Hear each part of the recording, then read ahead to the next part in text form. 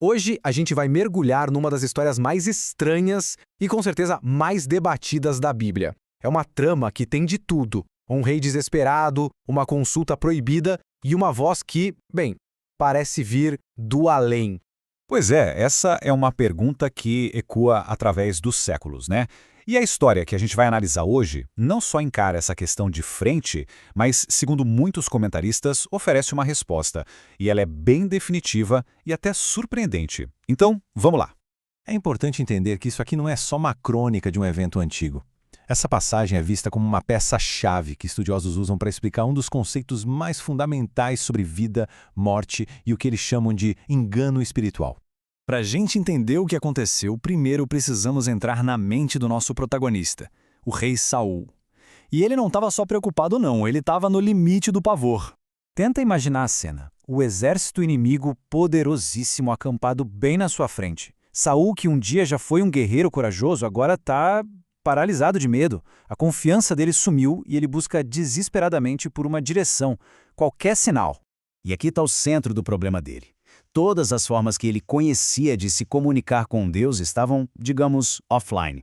Os sonhos, silenciosos. O Urim, que era um tipo de instrumento sagrado que os sacerdotes usavam para consultar a vontade de Deus, não dava resposta nenhuma. E os profetas? Nenhuma palavra. O céu se calou. E para Saul esse silêncio era ensurdecedor. Agora, olha que ironia profunda. Saul, lá nos seus melhores dias, tinha limpado a terra de médiuns e feiticeiros, porque era o que a lei de Deus mandava, mas agora, se sentindo abandonado, apavorado, ele vai atrás justamente daquilo que ele mesmo tinha proibido. Isso nos leva direto ao clímax da sua queda. Uma viagem secreta, no meio da noite, que iria selar o seu destino de vez. Repara bem na premeditação aqui. Isso não foi um erro impulsivo, num momento de fraqueza. Foi uma sequência de decisões bem deliberadas. Ele se disfarça, viaja escondido na escuridão e faz o pedido mais proibido de todos: entrar em contato com o profeta Samuel, que já tinha morrido. O momento é puro drama. Algo aparece e a reação da médium é de choque absoluto. Ela grita, não só pela aparição, mas porque, naquele instante, ela entende que o homem disfarçado na frente dela é o próprio rei Saul. Alguns comentaristas até sugerem que a reação dela indica que nem ela esperava um resultado tão forte. Talvez fosse algo além dos seus truques de sempre. Bom, até agora a gente acompanhou a história. Mas agora vamos mudar um pouco o foco e começar a investigar.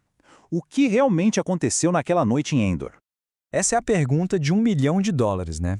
Saul acreditou que sim. Ele estava desesperado para ouvir qualquer coisa do seu antigo mentor. Mas uma análise mais fria do texto, segundo as fontes, levanta um monte de dúvidas. Basicamente, temos dois lados. De a percepção de um homem aterrorizado que ouve o que parece ser a voz de Samuel. Do outro, uma análise teológica que diz que tudo não passou de uma imitação perfeita, uma fraude espiritual. E aqui as fontes apontam várias bandeiras vermelhas no texto. Primeiro, a aparição sobe da terra, que na visão bíblica é associada à morada dos mortos, a um lugar sombrio, e não ao céu. Segundo, Saul nunca vê nada com os próprios olhos. Ele pergunta para a médium como ele é e se curva baseado no que ela descreve. E talvez o ponto mais lógico de todos: se Deus se recusou a responder pelos meios sagrados, por que ele iria responder justo por um canal que ele mesmo chama de abominação? E essa tabela aqui é demolidora. Ela mostra maior evidência contra a autenticidade daquela aparição. A tal profecia falhou. O Espírito disse que Saul e seus filhos morreriam amanhã. Mas os registros históricos indicam que a batalha final só aconteceu dias depois. O Espírito disse tu e teus filhos, mas a gente sabe que pelo menos 3 filhos de Saul sobreviveram, incluindo Isbosete, que até virou rei depois. E por fim, previu que ele seria entregue aos filisteus, mas na verdade Saul se matou para não ser capturado. Isso não é um errinho, são falhas centrais na previsão. Com base nessas evidências todas do texto e da profecia falha, os comentaristas chegam a uma conclusão bem clara e usam isso para ensinar um princípio muito maior. A prática em si, a necromância, é totalmente proibida na Bíblia. A lei divina é bem direta. Não consultem os mortos em favor dos vivos. Isso é visto como um caminho para contaminação espiritual e não para revelação. A conclusão deles, portanto, é que Saul não falou com Samuel. Ele foi vítima de um engano de uma entidade maligna. As fontes citam aquela passagem que diz que o próprio Satanás pode se disfarçar de anjo de luz para enganar. E o argumento é, se ele pode imitar a luz, com certeza ele pode imitar a aparência e a voz de um profeta para um rei desesperado. E é aqui que a história vai além do destino de Saul. Ela se torna um estudo de casos sobre o que a Bíblia ensina a respeito da morte. Se Samuel não podia ser contatado, é porque, segundo essa interpretação, os mortos simplesmente não podem ser contatados. A Bíblia parece ser bem consistente nesse ponto. O livro de Eclesiastes afirma que os mortos não sabem coisa nenhuma. Ou seja, a consciência, a memória, a capacidade de interagir com o nosso mundo, tudo isso cessa. Jesus usa uma metáfora muito poderosa aqui e que se repete: a morte como um sono, um estado de inconsciência, de onde as pessoas serão despertadas na ressurreição, não numa sessão espírita. Note que ele não disse: a alma de Lázaro está no céu e eu vou trazê-la de volta, mas sim, ele adormeceu.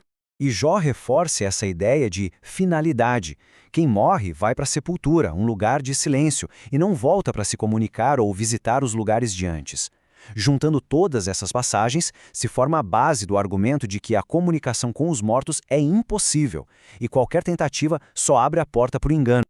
Ok, mas por que essa história de 3.000 anos atrás ainda importa? Porque, segundo as fontes, o mesmo tipo de engano continua por aí, só que com uma roupa nova. Uma das comentaristas, Rosana Barros, aponta que o fascínio pelo ocultismo não sumiu. Ele só migrou para os nossos filmes, séries, jogos, para o entretenimento em geral. A ideia de que é possível contatar ao ser influenciado por espíritos é vendida de formas bem sutis. O alerta da história de Saul continua valendo. Buscar conhecimento ou poder em fontes espirituais que não são aprovadas por Deus é um caminho perigoso. E a gente termina com essa reflexão. Saul estava soterrado pelo medo e procurou uma resposta num lugar sombrio, porque a fonte de luz parecia ter se calado. A história dele nos força a pensar: quando enfrentamos nossas próprias crises, nossas incertezas, para onde nós corremos? O que constitui uma fonte confiável de sabedoria e direção nas nossas vidas? A resposta a essa pergunta pode definir nosso destino, assim como definiu o do primeiro rei de Israel.